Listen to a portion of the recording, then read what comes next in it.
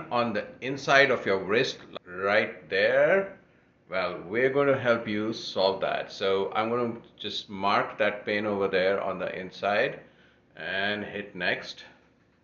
And it says that do I have shortness of breath or stitch on the side, and we'll try and explain why that is the case. But typically those two things go together, the pain here and shortness in breath. And because the connection of this, there's a facial connection, that is a chain of muscles and tendons and ligaments run through this and attach into the muscles on the side.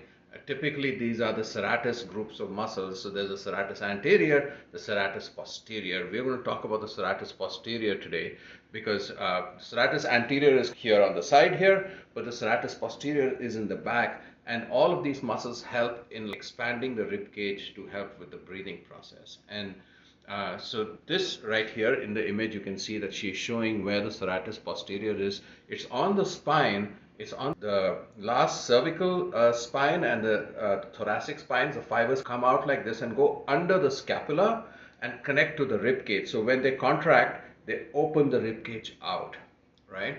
And so you may say, what does the inside wrist have to do with this? That's the facial connection, that there are links of interlinked muscles, and when there's tightness on one of them, it gives you pain here. So we're going to work with how to release that, and it's really easy.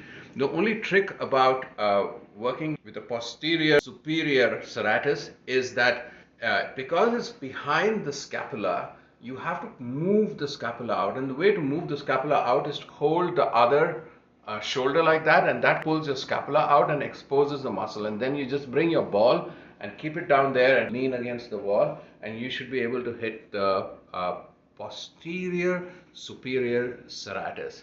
And then the stretch is also really easy. Just hold both the shoulders up like this and then sink in and breathe out, and just hold that for about 30 seconds, same as the ball. Don't do too much of it. Just hold for 30 seconds to a minute, and you'll see a visible softening in that muscle, and then the lengthening will happen. This will give you more range of motion on your rib cage and help you breathe better, but also help the pain on the inside of your wrist.